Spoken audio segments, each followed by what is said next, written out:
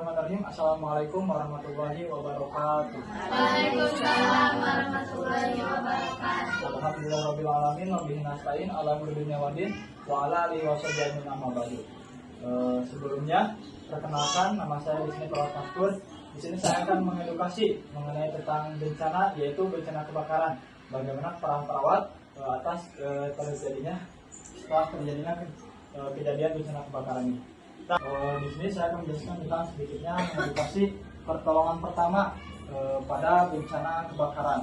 Nah, bencana kebakaran itu merupakan keadaan darurat yang membutuhkan tindakan yang cepat dan tepat. Terus mengutamakan juga keselamatan diri. Pertolongan pertama dilakukan untuk meminimalkan risiko luka bakar, mencegah korban terjebak, dan membantu proses evakuasi sebelum petugas pemadam kebakaran tiba. Mengindikasi pertolongan pertama pada luka bakar ketika kejadian luka bakar telah terjadi. Untuk peran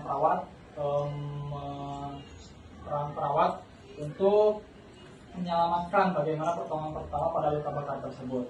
Nah, jika korban ada luka bakar, dinginkan area luka bakar dengan air mengalir selama 10-20 detik. Nah, jadi ketika misalnya di area tangan atau kaki terjadi ada luka bakar, maka pertolongan pertamanya kita harus mendinginkan dulu. Dinginkan pakai air yang mengalir, bisa dikucurkan kepada area yang terbakar. Terus lepaskan perhiasan atau pakaian yang menempel sebelum terjadinya. Jadi ketika ada pakaian yang terbakar mengenai kulit, maka lepaskan semuanya, mau itu aksesoris jam tangan, cincin, ataupun gelang. Nah, kemudian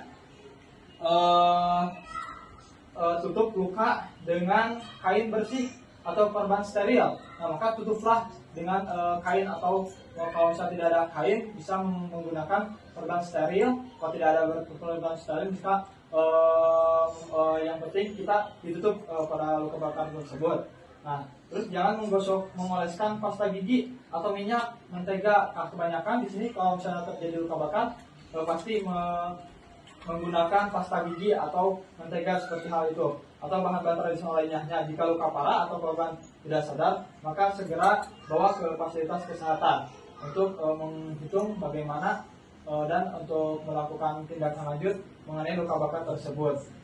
Nah, untuk penanganan korban menghirup asap dan juga korban menghirup asap, yaitu korban yang terlalu banyak menghirup asap bisa mengalami sesak napas dan kehilangan kesadaran juga. Nah, kemudian bawa ke area terbuka dan dengan udara segar. Jadi ketika punya asap, ada juga korban yang mengalami menghirup udara tersebut, maka kita bawa ke area yang terbuka.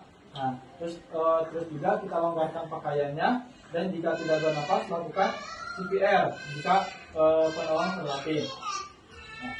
Nah, jadi ketika ada setelah terjadinya kebakaran, maka kita bisa lakukan hal seperti itu ya, untuk bisa mengetahui dan untuk meminimalisir cedera yang terjadi pada area luka bakar. Ketika area luka bakar lebih banyak atau lebih dari 2 derajat, kita bisa langsung bawa aja ke rumah sakit untuk meminimalisirkan kejadian yang lebih parah tersebut. Mungkin itu saja yang dapat saya sampaikan.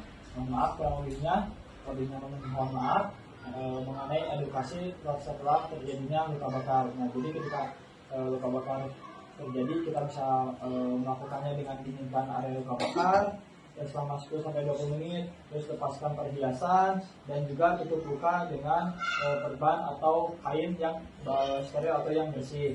Dan jangan mengoleskan pasta gigi jika luka bakar atau korban yang tidak sadar, maka kita segera bawa ke rumah sakit saja.